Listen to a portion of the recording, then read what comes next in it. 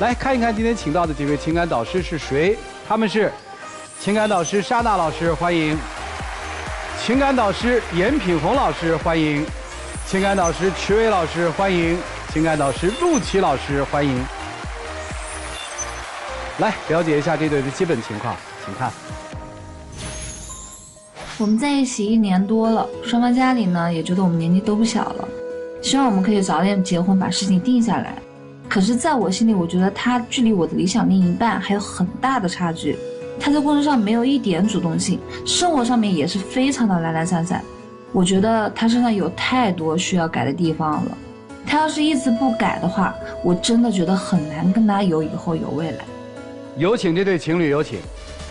男嘉宾小夏，33岁，来自湖北，自媒体；女嘉宾小许，34岁，来自湖北，自媒体。有请两位，有请。欢迎两位哈，是想娶这姑娘吧？是的。谈了多久啊？1年多了。打算什么时候娶回去啊？今年年底或者明年5·1的时候。所以今天是想把这个事儿敲下来，是吧？啊，想嫁吗？不太想现在。哦，为什么呀？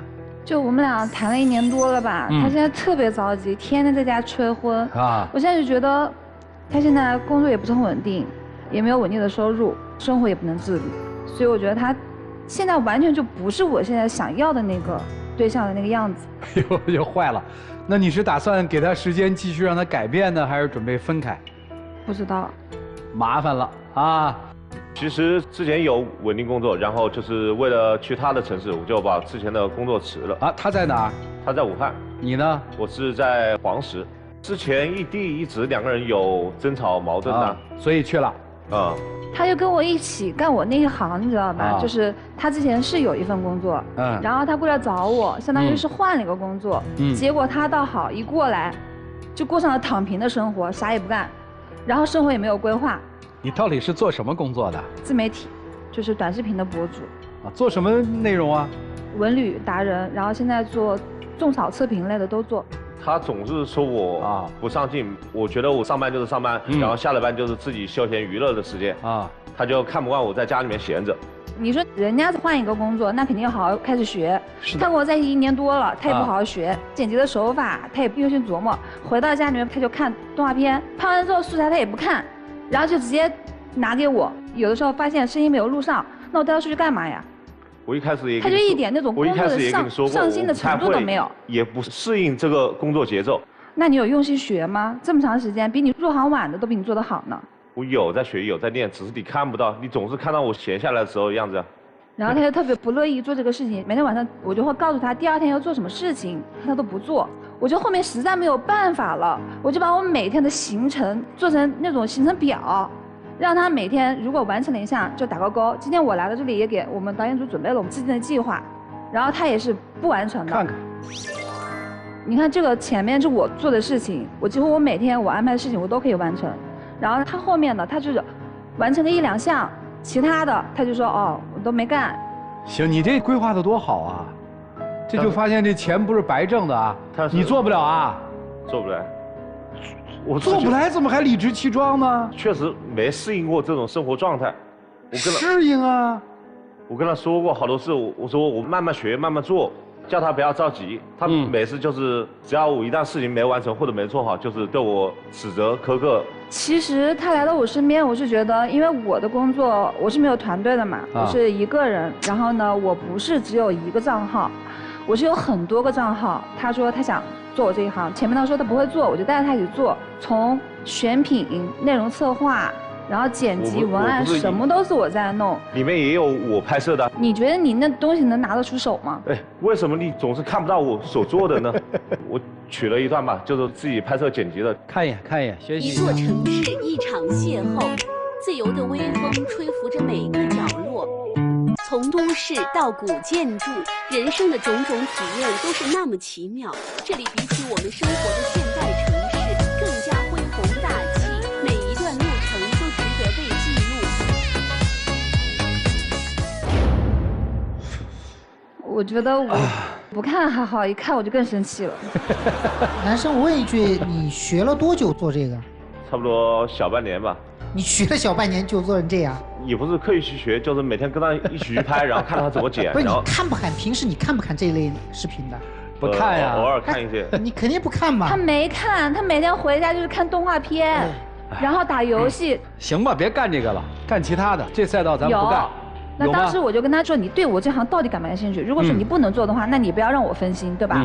然后我也不知道他要赌气还是怎么样，他跟我说，其实我不喜欢这一行，我有辆车嘛，就放在家里面闲置。然后我就说，那要不你就把我车拿出去开网约车，你跑一天就有收入这个样子。他说好啊，那我出去跑。然后跑了2、3天也没跑。结果呢？我跑网约车，后来你又说什么呢？你是怎么跑的？他说我昼伏夜出，然后跑网约车对自己身体不好。有时候我在外面开车，他就不停给我打电话视频。哪个正常人睡到晚上10点钟起来，然后再出去工作，不到天亮不回家？你说你倒是钱没挣到，身体也不好了，怎么办？我觉得我这样的本意是为你好，我是爱你的，我才这样跟你说。为什么总要打着为我好的名义去约？在我看来，我觉得你就是对你的生活没有规划，你不会好好爱自己。你这么大个人了，没有计划。我自己活了30年，我对自己生活没有规划吗？那你说你怎么规划？你从小到大干了这么多行业，是你自己找的吗？都是家人朋友介绍给你的。你说你到这来，你也不去思考你以后想做什么东西，那我给你出谋划策，让你做短视频你也不做，让你出去开车你也不好好开。你为什么总是那么急呢？我有在做。我不急，我怎么能不急呢？你这1年过来，你赚了多少钱？你跟大家说，你好意思说吗？不说了，哎，说这干嘛？工作只是生活的一部分。说一下吧。不说。他1年也就赚3万块钱，他连他自己都养不活。不说了啊，这个能力有大小啊，挣钱有多少？是其实我可以接受他工作上面没有多大的能力。对。但是你起码要把生活过好吧？他生活上面也是一塌糊涂。生活怎么一塌糊涂了？他洗个碗的那个电饭锅上面还有米，然后我第2天去打开的时候都变成硬硬的，像锅巴一样。然后那个炒菜的锅里面还有油，每一次的那个洗菜的那个池子上面都还有菜渣在上面。就是前面1、2次这样，为什么每次要反复拿出来说呢？那你为什么每次都不做好呢？其实很小的一件事，一句话就带过了。你说你碗没洗干净，我去洗。为什么要不停叨，不停叨？但是你每次都是你能做好的小事，你都不去做。哪个人可以保证一生生活中不犯一点小差错呢？如果我像你的态度一样去指责你，你会好受吗？我觉得你跟我在一起，你就是没有用心的去生活，也没有用心的去经营。我跟你在一起这么久，从来没有像其他的，就是别人家的男朋友一样说。今天天气很好，我难道没有？我带你出去玩一下。我难道没有问你想去哪玩吗？你是问了我呀，但你带我去了吗？我跟他在一起1年多了，都没有好好的过节。过节之前我们都会大吵一架。他问我想干嘛，我说我想出去玩，只要是跟你在一起，去哪都可以。他听完我这句话之后，他马上跟他同学打电话，要不我们一起约着出去玩呗？你带上你的女朋友，我带上我的女朋友，我们一起出去。然后我当时听完之后，我当时生气了，我挑头就走了。我说这节我不过了，你跟你同学去过。哎呀，我跟他们在一起，我插不上话，就也不好意思插话。就是一个妈训儿子的时候，你说你一个外人，你怎么好，对吧？就反正看不上呗。其实也没有看不上嘛，我对他身上还是期望挺大的。是他在这么长的相处时间以来，一次一次的让我失望了。所以你喜欢的不是他嘛？你喜欢的是他外表下你想象的那个。我是觉得他不喜欢我，他心里也没有我。包括他跟我在一起之后半年了，他手机里面还留着他前女友的联系方式，然后他当时发我们俩的照片嘛，他还屏蔽了他的前女友。这件事情在我心里面虽然1年多过去了，但是我觉得这件事情我还是挺介意的。当时这个事我有向你解释过，也向你道歉的。我说我这个行为确实是不对，但是你第一时间问我这个女生是谁，我也跟你大方承认了。我说已经是过去式了，如果你不喜欢这个人，我当你面拉黑删除。主任，你知道他当时怎么跟我说的吗？他说他的前女友就像是他以前买的一个很喜欢的一个家具，摆在了他的家里。后来逛街又看到了另外一个很好看的家具，我就是那个新的家具。然后他也把我买回了家，只是说没有时间把那个旧的家具给拿走。为什么话到你嘴里的总就变味了吗？我说我有一个房子，我买了一个家具放在家里面，然后长期不用，我也没扔掉，没整理掉。那你为什么不扔掉？我跟他是和平分手，也没有必要闹得很僵，就是留了一个。那你为什么跟我相处了半年之后还要去，因为在乎他的感受去屏蔽他呢？我也没逼你发我的照片。我能问问题了吗？可以。啊，现在是你想结婚，还是你父母想让你早点结婚？我喜欢他吗？喜欢。你觉得你跟他结婚适合吗？不太适合。你觉得你现在有能力跟任何一个男人结婚吗？有。什么样的男人？你描述一下。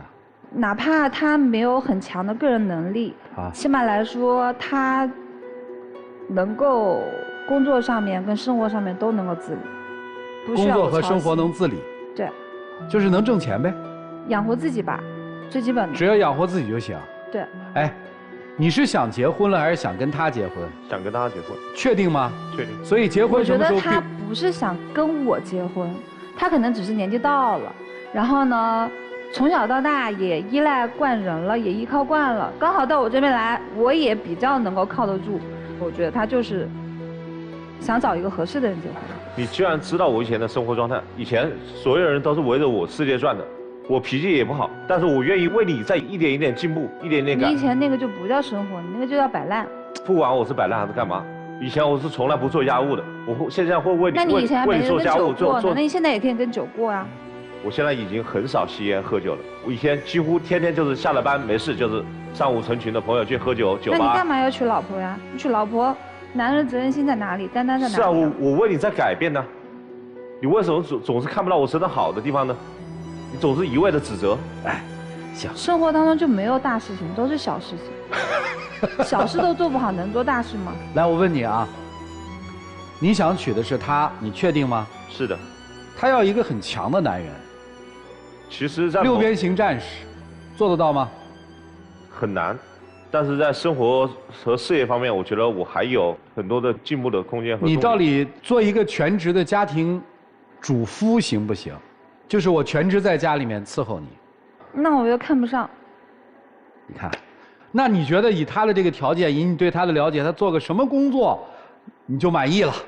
能够养活他自己的工作。好，你自己一个月多少钱够？1万来块钱吧，差不多就是为自己。挣得回来吗？挣得回来。你现在在做什么？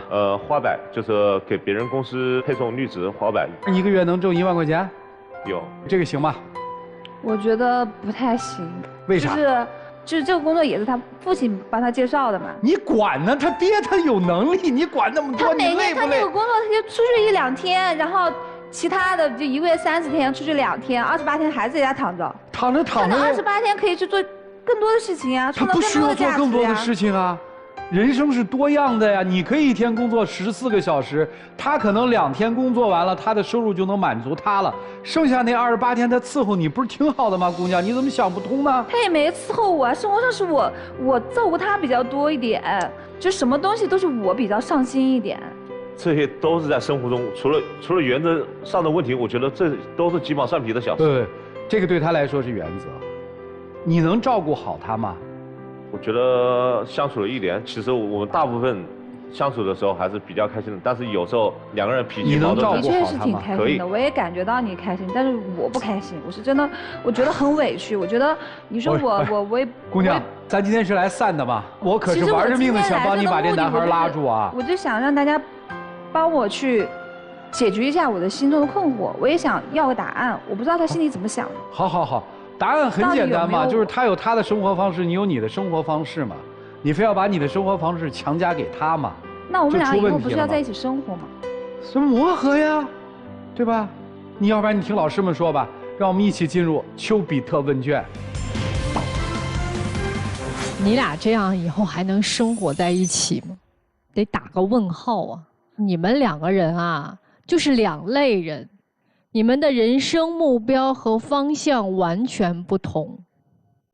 你不可否认的是一个现代女性都追求的优秀的独立的女生，把自己的生活以及工作安排得井井有条，对自己严格要求又非常自律。算是。说白了，你现在你自己啊，给自己提供的这种情绪价值，是他这一类男人无法给你提供的，你压根儿看不上他。你现在瞒拧自己在干嘛呢？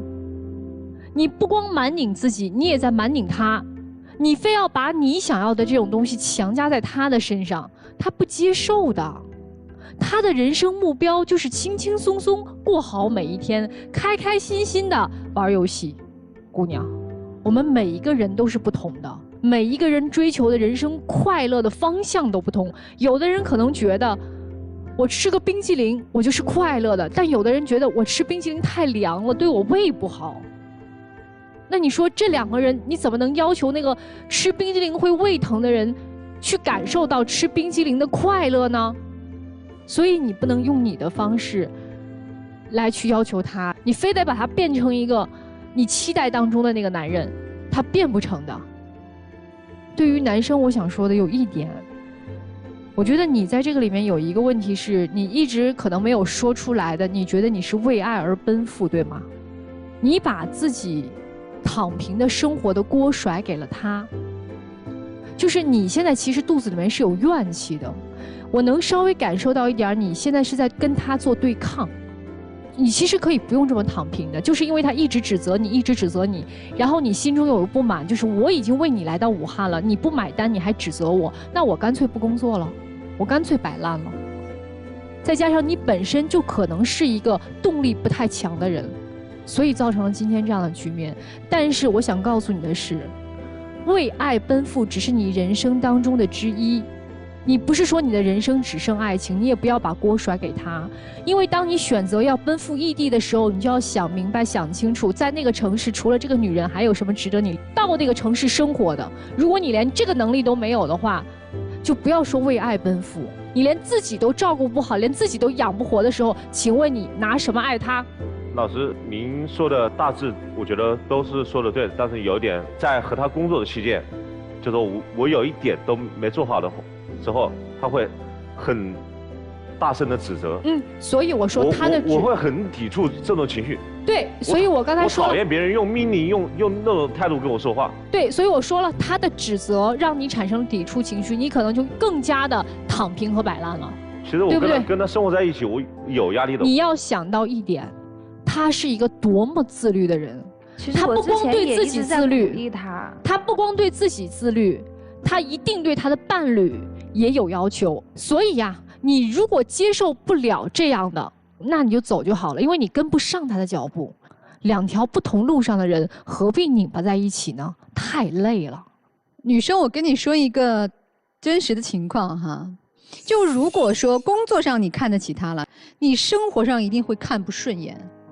生活上如果照顾你好了，他有那么多心思像你一样自律的去工作吗？所以我的理解是，你完全不知道你要什么。我们现在的时代是多元的，家庭的这种婚姻关系也是多元的。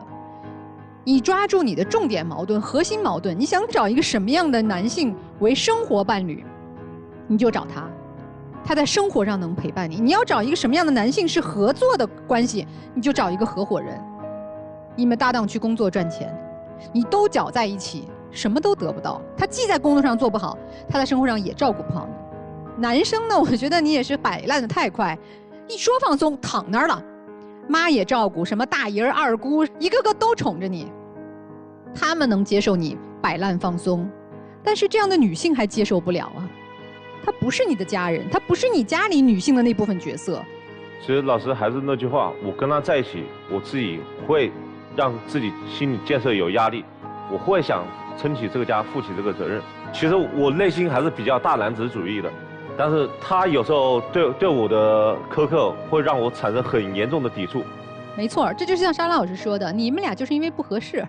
如果你找到一个很强的女性，她说：“哎，亲爱的，你不用那么辛苦啊，什么赚钱养家，你就开开心心的，你爱吃什么吃什么，爱健身健身，我赚钱，然后咱们把日子过得开开心心的。我让你给我拍菜的时候辛苦，亲爱的，你帮我拍一下啊。”你去找一个那样的女孩子，而不是她。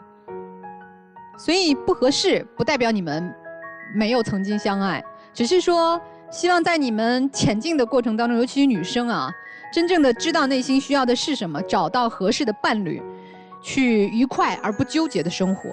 谢谢。不合适为什么还要在一起？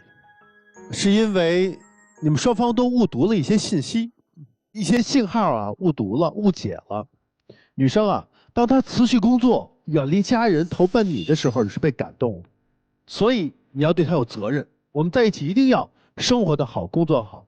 但是我问你一个问题啊，为了你们的爱情，你可以奔赴到他所在的地方吗？放弃自己的工作，你可以吗？说如实话，果他能养活我的话，我可以考虑。你是不可以的。你这么一个极度缺乏安全感的人，怎么可以把自己的未来全交给一个感情不是那么深的人呢？你绝对不可以。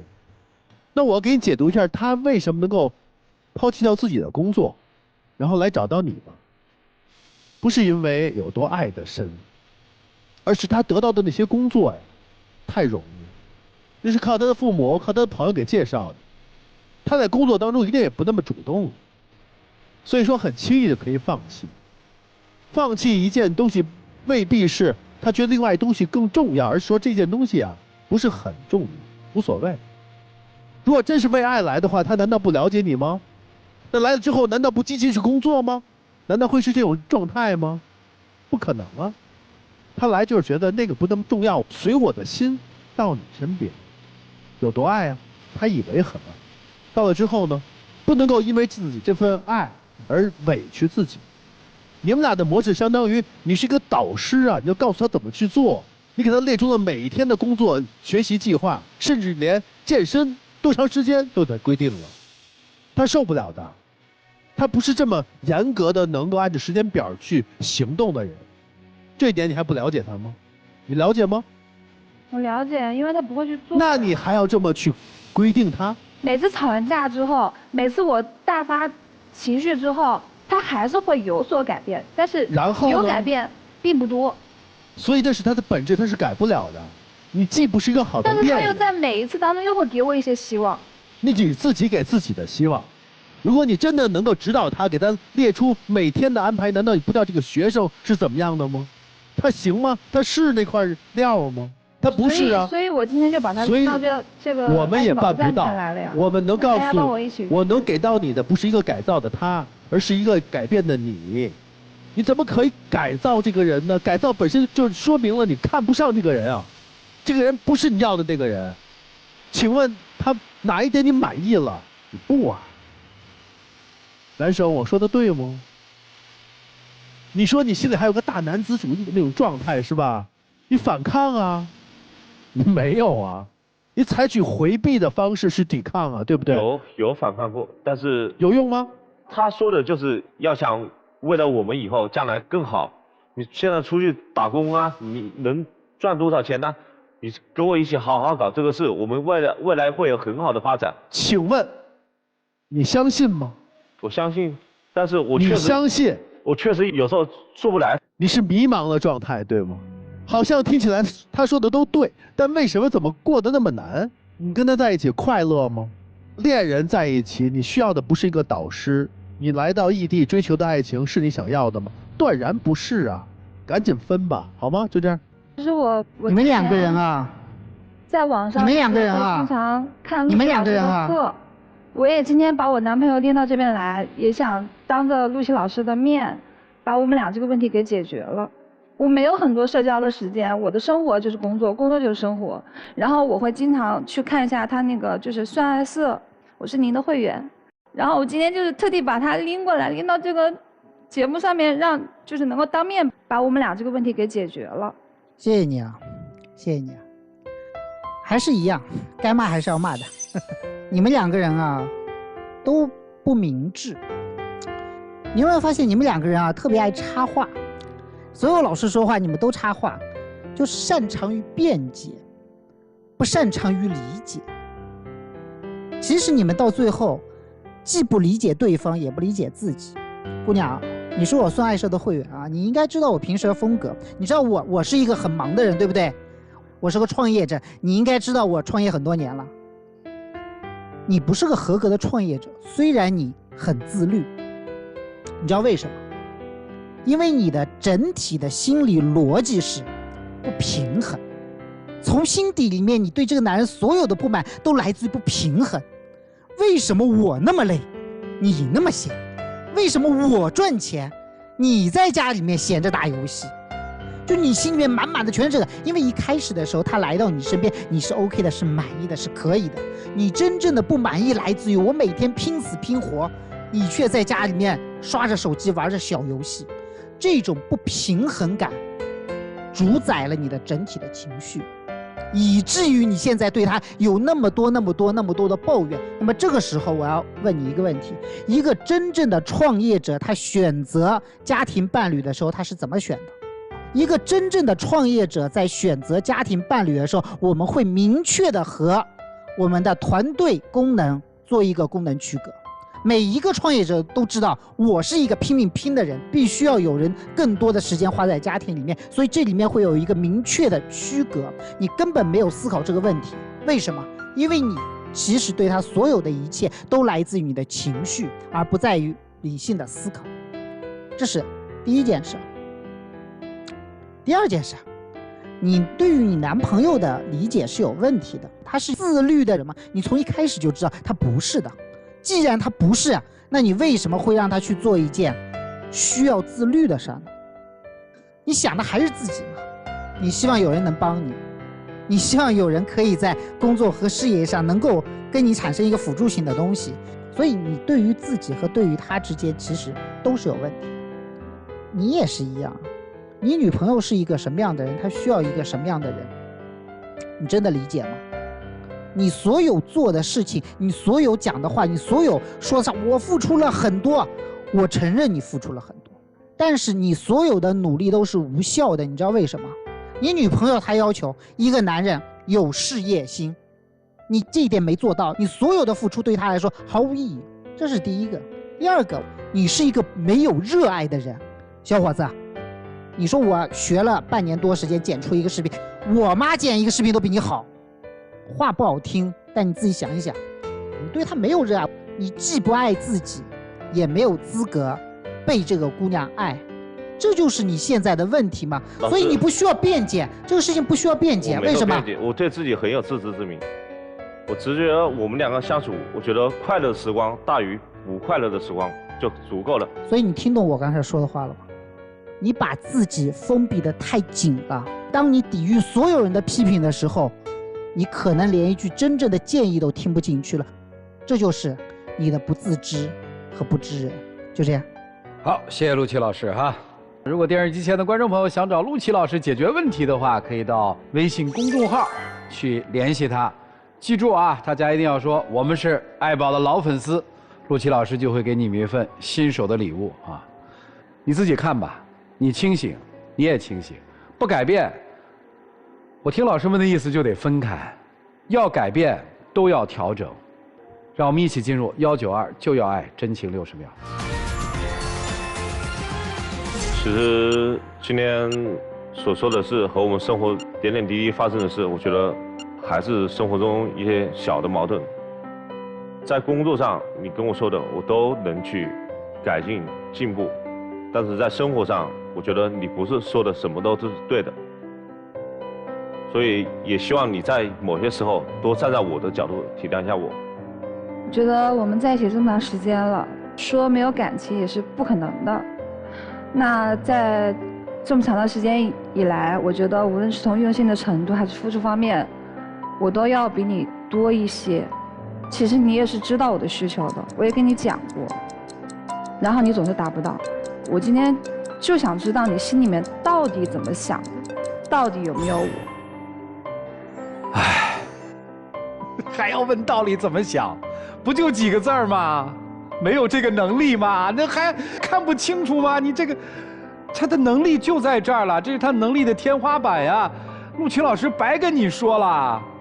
我想知道他是因为年纪大了，觉得我这个人比较合适呢，还是真的喜欢我？就不是人家喜欢你呀，怎么不喜欢？就都看到这段爱了吧？你爱不爱他？爱。完了吗？我爱你，但是确实，我这标准不达标，你愿不愿意破格？他不是不想，不是不爱呀，他就是离你要求他差嘛，就这么点儿嘛。还有要问的吗？谢谢两位，请回，请回。电视机前的观众朋友，欢迎登录优酷视频、腾讯视频、搜狐视频收看节目的完整内容。来吧，我们做预测吧。双出吧。我觉得女生其实不是跟这个男生较劲，她还是跟自己较劲。女出男不出。其实女生她完全被自己的情绪给控制住了。他如果理清自己的情绪的话，他会发现这个男人其实挺适合的。双出吧，看看他们自己怎么选择。们，男生应该在吧？你看，女生也该回来吧？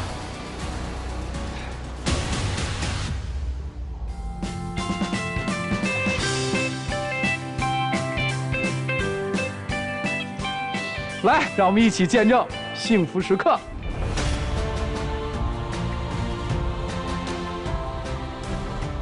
你要是不改的话，那我就回去了。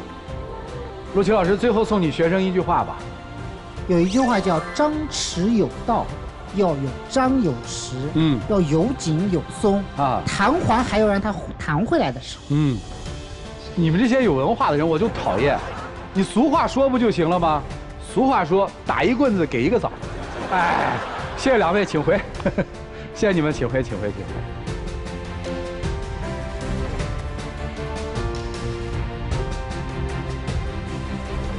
祝他们找到那个非常平衡的一种爱情和生活的方式，幸福开心。来了解下一对嘉宾的基本情况，请看。她就是个娇生惯养的大小姐，总是给我添堵。每次都说我蹬鼻子上脸，是他离我越来越远。他是跟谁结婚都行，我只不过是个不入流的备选。我现在做什么他都挑刺儿，就是想找借口跟我分手。有请这对情侣，有请。男嘉宾小龚22岁，来自河北工厂技术员；女嘉宾小黄23岁，来自河北待业。有请两位，有请。老师你好。好好好。22，对，22岁，要分手，还得把彩礼退了，是，给了多少钱彩礼？订婚的时候给了20万彩礼，退吗？我不想分手，我还想跟他好好在一起。为啥非要分手，小子？因为平时我俩在一起的时候，他就特别任性啊，然后我俩都已经订婚了，他也不拿我家里人当家里人，就感觉。他父母是他父母，然后我父母的话就不归他管。什么事儿你有这感觉的呢？就之前我们订婚的时候，我不是给他20万彩礼吗？就前段时间我爸跟我说弄一个小生意，因为平时我爸就是上班的，手里也没多少钱。之前再加上给这20万彩礼，也没多少积蓄了，说手里差个3、5万。他跟我说，你看能不能和他们家就是借个3、5万应应急，说以后再还给他们，这不挺正常的吗？我俩都已经订婚的一家人了，我说拿个3、5万应应急做生意呗。我跟他说完之后，我没想到啊，当时就炸毛了，啊，跟我吵一架，说什么啊你爸没这个脑子，就别去做这赔本买卖了。你说一辈子打工命，你花这钱干啥？这彩礼给他，他不可能退给我了。我哪说这么难听的话了？我就是说现在生意也不好干，他爸呢也没有做过生意，瞎折腾啥呀？而且。真赔了，这大窟窿咋补呀？那当时我还跟他说了，我说是管你借这个钱，如果说真要是我们赔了，这个钱也是我会还给你的，而那窟窿也是用我工资一点一点补啊。可是咱俩要结婚的，你的工资补窟窿去了，那我的工资咱俩生活，那生活质量不都降低了吗？不是，老师，那他还说了，我俩要结婚了，我俩结婚以后，难道就光靠我一人工资养活这一家子？行，这个事儿先放在一边，仁者见仁，智者见智。老师，这个事儿其实不是让我最生气的。说生气的事儿，就是我跟他说完这事儿之后吧，我俩吵架，他10来天没理我，我给他发消息不回，找他还躲着不见我。赶后来我才知道，这10多天他跟他爸妈相亲去了。哟，姑娘，这事儿可就不地道了啊！相亲去了？对。不是你这，把彩礼要了，然后你跟别人相亲去了。我俩都认识10多年了，而且在一起也得3年多了。我家里看他家又要折腾这些事情，怕我以后生活不稳定，生活不好，这让我多一个选择嘛。再说我不想相亲。不是，那你干嘛去呢？因为家里就已经安排了，我总不能见都不见一面吧？我那个跟我妈他们对着干，毕竟是我妈妈。好，算你有难处，没相成是吧？我本来就不想相。啊，是对方没看上你。我不想跟他们去相，我就应付一下。他现在说他不想相，那谁知道他怎么想的呢？再说他现在还在这跟我说他爸妈啊，我俩现在能走到这儿，全凭他爸妈的功劳。咋了？就平时在生活里边，他爸妈就不待见我。就拿我们那次订婚宴来说吧，他爸妈一上桌就摆着个冷脸，就各种不耐烦，就好像不赞同这门亲事一样。然后你说我当小辈我也没办法说啥，我爸他们也不会说啥。你说人摆着个脸，你就在旁边陪着笑脸呗，说点好听话呗，弄得我心里边也难受。他当时也没说过什么话，就在旁边瞅着。我俩已经这么长时间了，我爸妈想着能成就成吧。忍了。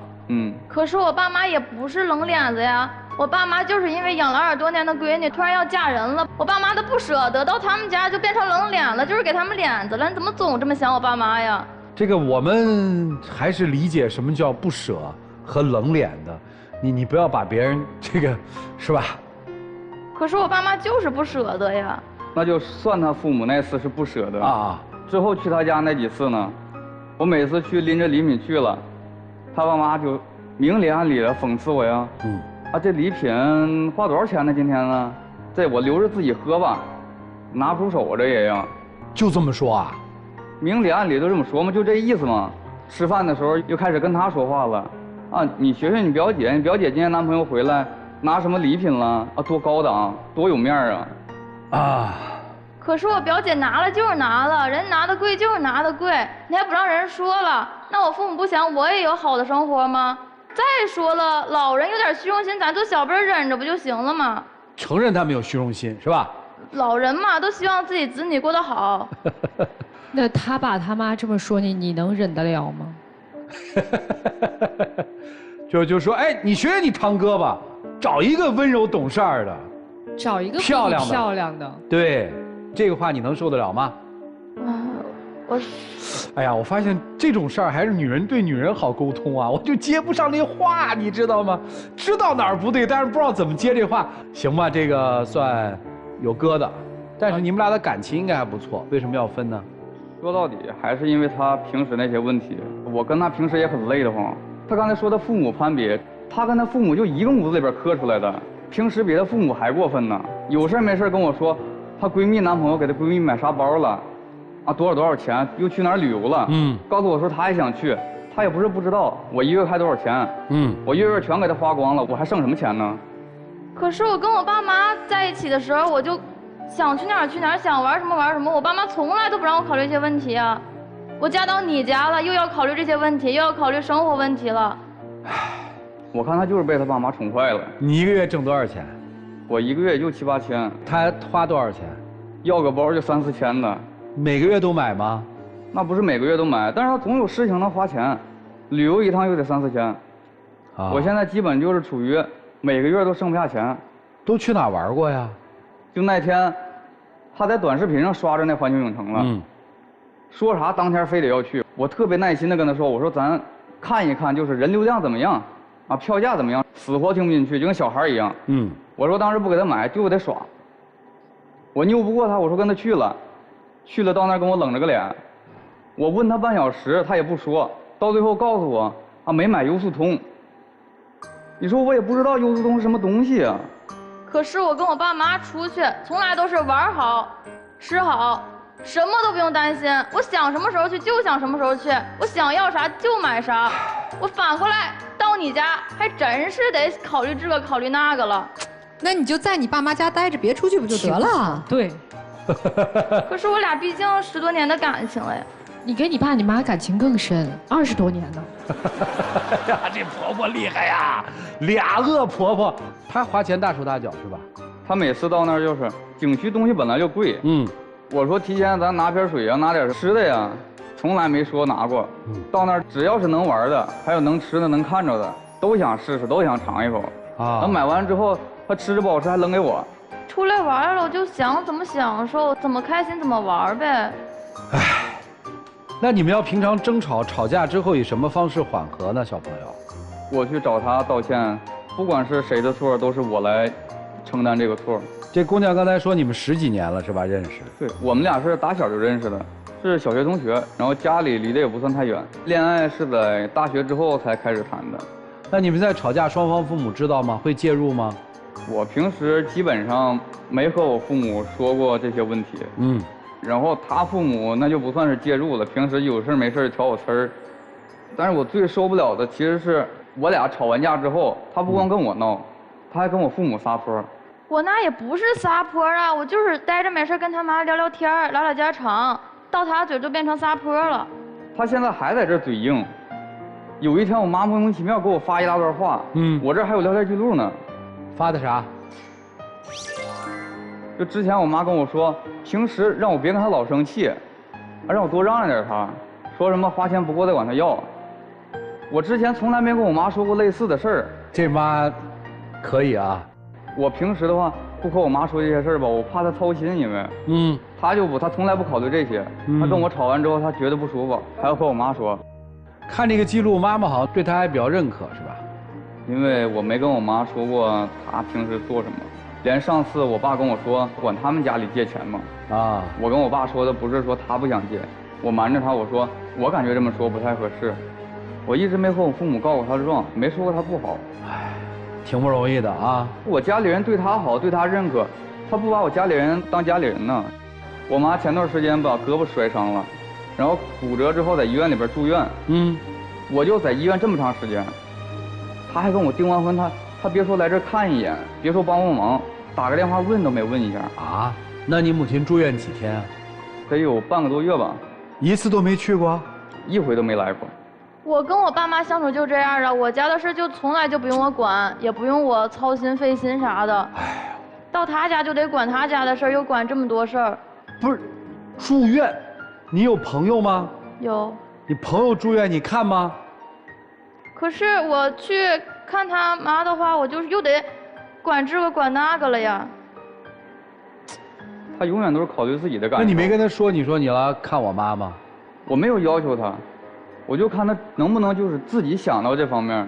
是不是说如果没有这20万彩礼的话，现在你可能翻身都走了，连这个节目都不会来？对，本来我当时知道他相亲这个事儿，我当时已经是不想继续了，然后我就跟他说，把这个彩礼退回来，咱两家就算两清了，就以后什么关系没有了。然后他这边不乐意了，他过来这边又纠缠我。这钱能还给人家吗？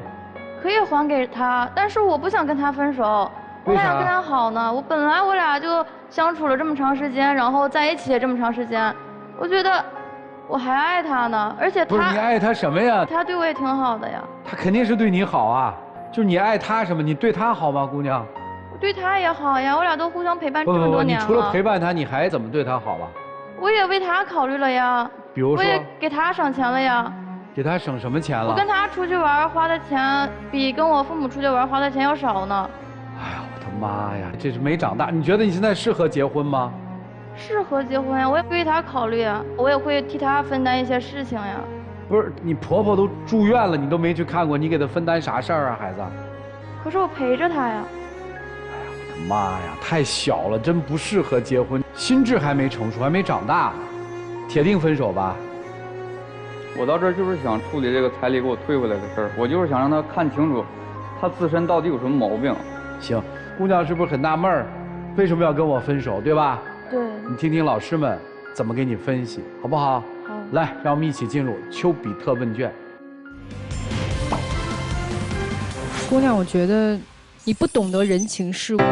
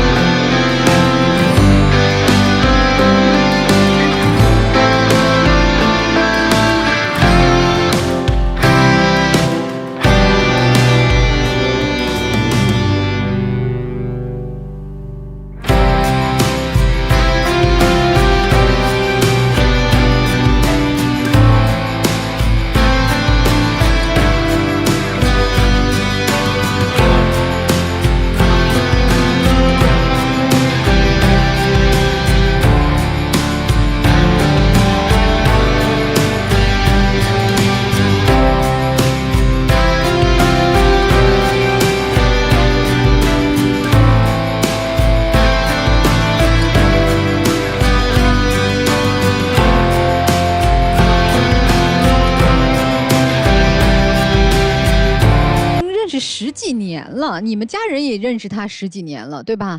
我们家里人其实对她不太熟悉。我的意思就10几年的时间了，你不知道她是一个怎样的女孩吗？你不知道她是一个只管自己的一个姑娘吗？在中学之前的话，感觉就是一个普通同学，没有过多的去了解过她。在高中之后，我们2个越来越好，只有在大学才确定恋爱关系。那也好多年了呀，你没发现她是这样一个人吗？你知道我为什么这样问啊？你们一家人都属于那种又善良又老实，说难听点还稍微有点窝囊。就你妈还要甩出1000块钱，说你对人家小姑娘好点儿，这彩礼都眯了，然后还去相亲的人了，你还让儿子又拿出来1000块钱，让儿子去讨好这个姑娘，太善良的一家人。因为我俩相处这段时间，我没有说把这些事情告诉我爸妈。你不用说，因为你爸妈就是老实善良本分的人，觉得我儿子跟一个小姑娘好了，那咱家就得对她好，但不是这样的，不是所有的什么所谓的从小一起长大、两小无猜、知根知底的人就值得我们一生相守。所以你要再谈恋爱，你也要记得，婚姻不是你一个人的事儿，你背后还有2个大的家庭，你要对你爸爸妈妈好一点。女生，我想说啊，你要说18岁之前，你没有成长成为一个通情理、善良、有爱、孝顺的人，18岁之前父母没养好你，18岁之后你自己也没有成长，你的心中其实是没有什么叫做我应该付出，我应该对别人怎么样。我相信将来就算你爸你妈受了伤，你可能都不太会去照顾他。在这一块他是有一个障碍的，他爸妈从小没有教会他，他自己也没有学会，他们只会索取，知道小伙子家没有那么富裕，还要那么高的彩礼钱。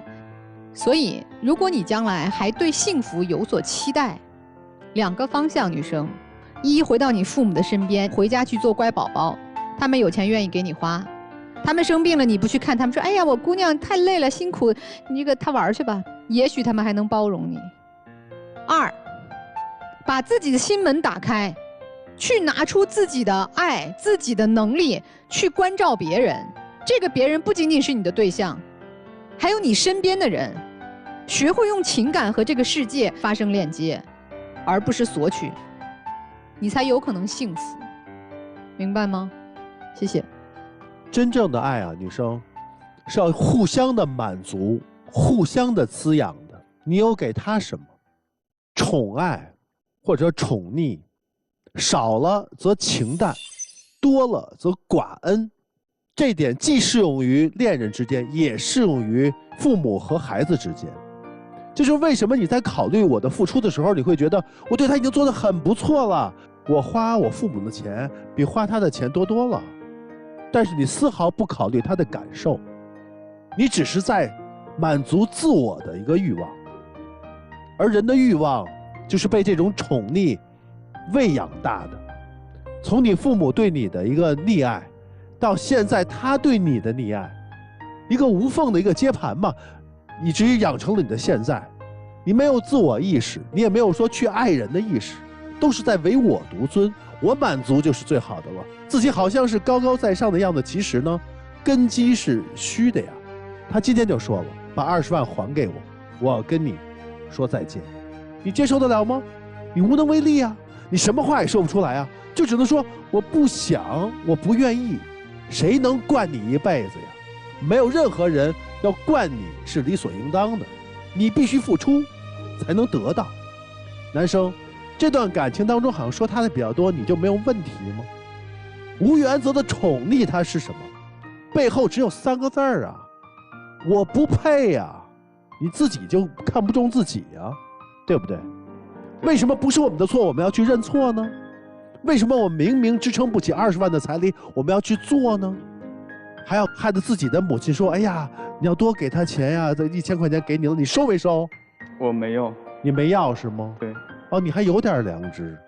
另外，在这段感情当中，你真的是爱他吗？我认为不是。你在刷自己的存在感。你在全部的付出的时候，你根本不是指向的他，你是自我感觉说我是有价值的，这不是爱，对吗？这是一个假象，赶紧分开吧，就这样。一个孩子7、8岁的时候，他如果犯了错，我们会严厉的指出来，去批评他。一个姑娘23岁的时候，她犯了错，我们喊她孩子，我觉得这是有问题的。我现在发现很多家庭对于一个年轻人的宠溺，往往不在他的年幼时候，不是说年幼的时候不宠啊，也宠，但是他真正最大的宠溺，他反而是发生在这个年轻人第一次面对社会的时候。家里面如果有一个独生子啊，他面对社会的时候，你突然之间说，哦，你吃了亏，回来吧，你可以不做这件事儿，或者说啊，这个事情是别人不对，不是你的错，凭什么呀？我跟你讲，姑娘，在《流浪地球》你看过吧？《流浪地球》里面拿出一张人类腿骨的照片，说那是社会形成的标志。为什么？因为第一次有一个人，他自己丧失了劳动力，丧失了自由度之后，有人去照顾他，有人把自己吃的让给他，有人去保护他。而对于那些人来说，他们可能只是跟他产生了感情。这就是人类社会的产生。人类社会产生，我们身上产生一种善念，这种善念叫利他。而在你和在你家人的身上，所有我们看到的东西都是利己，所有的东西都要往家搬，所有东西都是只进不出。所以姑娘，你的整体的价值观和教育形成了一个问题。你可能现在觉得哇，我过得很好，但是时间长了之后，你慢慢会发现，你会发现为什么我在任何一个人群里面我融入不进去？为什么做任何一份工作同事都要排挤我？为什么就没有人真正的愿意和我长时间的做朋友？为什么以前那么爱我的人，现在一个个变得这么冷漠、冷冰冰的？为什么？都是这些人的错。是，全世界都错了，只有你们一家3口是对的，是吗？是因为你们没有社会性，你们早就是人群中的异类了。至于男生，我觉得保持你现在的状态，保持你现在的理智，你终于清楚清晰的明白你爸妈的血汗钱该花在什么地方和不该花在什么地方。人的感情不是自嗨出来的，你谈了一段3年的自嗨的感情，该醒醒。就这样。好，谢谢陆琪老师。如果电视机前的观众朋友需要陆琪老师帮助指点一二的话，关注陆琪老师的微信公众号就可以找到他。如果你说，哎，我是爱宝的老粉和老观众的话，陆琪老师有新手礼送给大家。陆琪老师最后说那句话，我特别希望你能记住，因为你看，你做事是有分寸的。我们俩的事儿，我们俩解决，包括你父亲让你去做这个事儿，你都没有把这话翻给父亲。成年人嘛，担当自己的社会责任和义务就行了。女生，我觉得你现在是真的不适合结婚，就是你需要重新成长和历练。我其他都不说，算未来的准亲家，胳膊摔了，咱能不去看一眼吗？你爸妈也没去看？没有，没跟他们说。为啥不说？我觉得跟我爸妈他们没什么关系。行吧，就把彩礼退了吧。就此分开吧，姑娘，我觉得你需要成长了，你得知道，在这个世界上，不是只有你一个人，你需要很多人爱你，你也需要爱很多的人，好吗？好。让我们一起进入192就要爱真情60秒。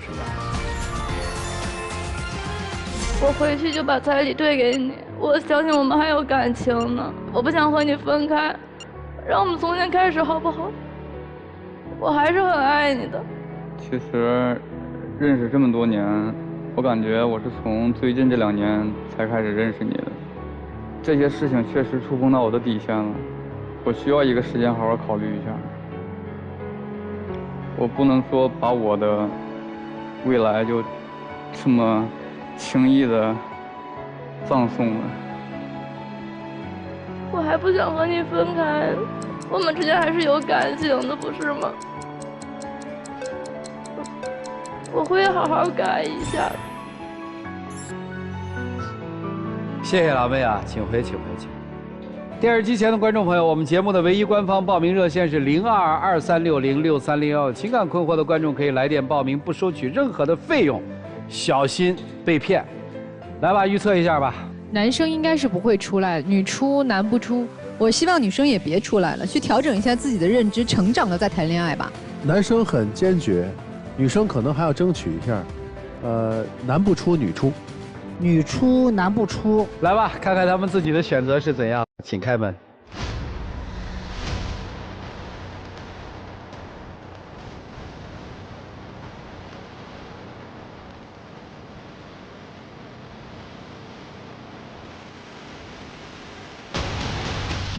我会。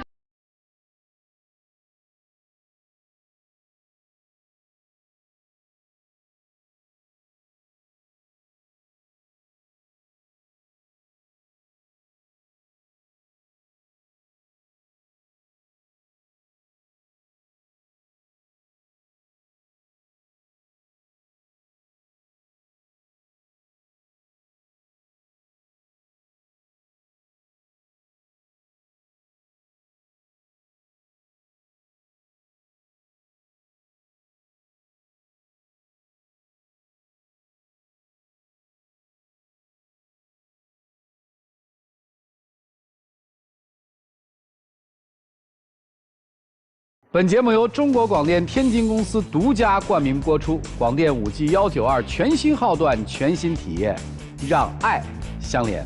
再次感谢观众朋友们的收看和陪伴，我们下期节目再见，谢谢大家。